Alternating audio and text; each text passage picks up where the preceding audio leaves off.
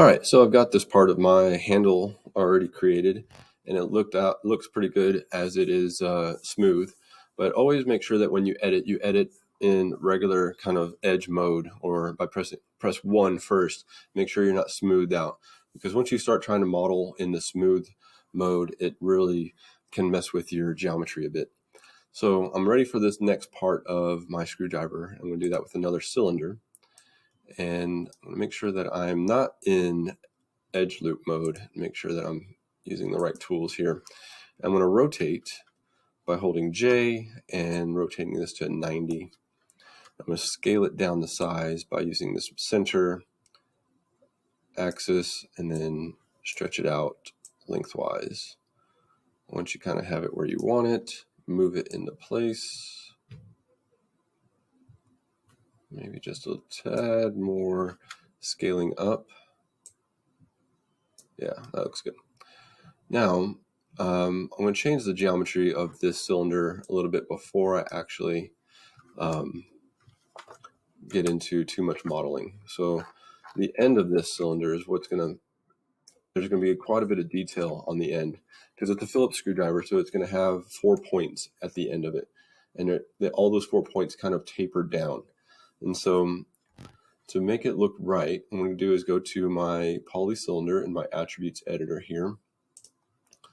And I'm going to add a subdivision cap right here. And it added a ring right around the cap end. Now, I'm going to add in some edge loops now from my profile or my side view. So I'm going to go here to here. And from this view, I'm going to add in some loops. So back to my mesh tools and my insert edge loop.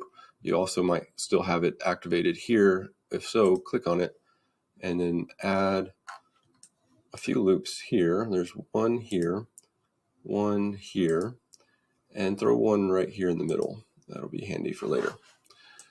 I'm going to go back to object mode, and what I want to do is scale this down. Now, if I do that with edges, then it's only going to scale the outer edge. Now remember, we have an inner edge as well. So I'm going to go to vertex mode, and I'm going to select all of the ones on the ends here. Oops, I don't know what happened here. Select all of them on the end. Oh, that's because I'm in the wrong tool. Make sure I'm in my selection tool. Vertex, all the ones on the end. And when I look here, it selected all of them, even inside. Now what I want to do is start to scale some of these down. And so I'm going to hit scale, and I'm going to look at this right here as well and scale it down to a tighter point like that. I'll scale this second row down as well so it matches the profile a little bit better. There we go. So now I've got a little bit more detail happening here with these vertices. Now I'm going to go back to my edge mode. I'm going to right hold and then go to edge. I'm going to double click on this edge right here, and I'm going to move that one slightly back just a bit so I can see the very end. All right. Now, from this view, I'm going to make some changes to a few selected geometry around the outer, around this ring here. All right, so I'm going to select this one. Oops, hold shift while you're selecting. So I'm leaving 4 unselected, and then I'm going to select one in between. So 1, 2, 3, 4, and then select this one. All right. So what I want to do is scale these down, and it starts to make this kind of 4 edges like on the end of a screwdriver. Now with those selected, I'm going to double click on this and I'm going to move that whole ring backwards like this. Okay, just a tiny bit.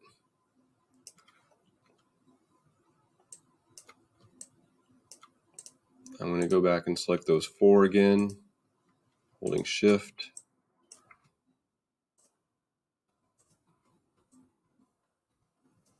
I'm going to move just those 4 back like that. Okay, so it kind of makes that a little bit deeper. Now what I'm going to do is the same thing for the smaller loop right here. I'm going to select the same 4 that are kind of in line with it. So that one, and take some maneuvering around, holding shift every time you select a new one.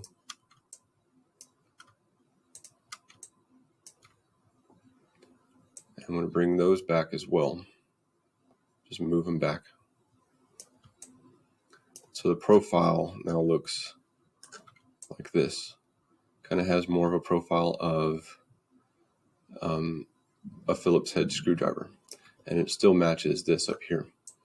Now the problem is that if I were to go back to object mode here and hit smooth, ooh, that looks bad. And also the other end of this also starts to taper off as well. And so not only does the detail here kind of get lost, but down here it like loses its cylinder shape. So I'll go back to back to 1, and you'll see how it tapers off. When I hit 3, it doesn't hold its geometry very well. So what I'm going to do is I'm going to put this in isolation mode so I can also see inside of the handle here. Isolation mode is right here, and I'm going to hit that button with this selected. I'm going to hit this one right here, a little arrow with a square, blue square next to it. And I'm going to add some edge loops to make kind of like what we did with the handle to help this cylinder hold its geometry. So I'm going to go to Mesh Tools, insert edge loop. I'm going to add an edge loop on the end here. Oops. Sure, I've got like all sorts of things selected there. I don't like that. So I'm going to go back to here. Now I've got the right thing selected. Adding an edge loop here towards the end. And I'm also going to add, I should do this in the correct view. Let me hit 5. I'm going to add one here as well. And next to this one is also, if there's others, I think it helps to add some, I'm going to go back to my perspective because I think I can see it better here. This is still an edge loop, even though it is kind of stretched out in weird ways. So if I click right next to it here, it will follow that same pattern. I'm going to do that. I'm going to do one right here on the very end as well. So I've doubled up my edge loops, and what that should do is make that seem a little bit more rigid when I go back to object mode and go to smooth it out. So that looks a little bit better. If I want it to be more rigid still, I can still go back through and add some more because that looks kind of soft to me.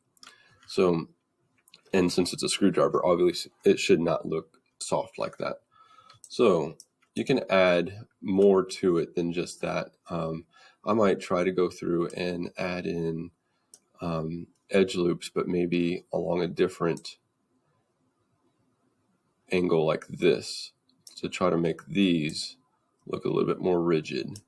So I'm going to kind of strengthen these edges up right here and see how it's going the long ways now, which we haven't done.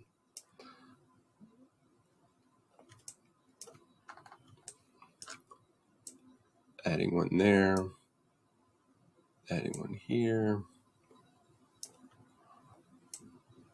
and down on the bottom ones as well.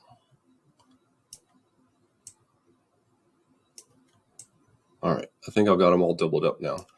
And so it should help kind of keep this a little bit strengthened and making it look a little bit more rigid. I'm going to add another one right here on this side and see what that does. All right, going back to object mode now, and if I go to 3, That helps a bit. I don't know. I accidentally clicked on that, so I softened that up a little bit. So I'm going to go back to 1 and undo that last ring. Make sure I'm not selecting things I don't want.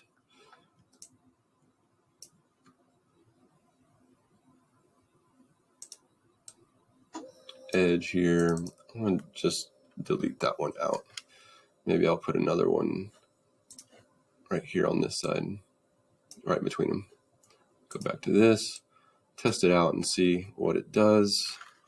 Go back to 3, and it kind of helps. I think that makes it a little bit more rigid looking.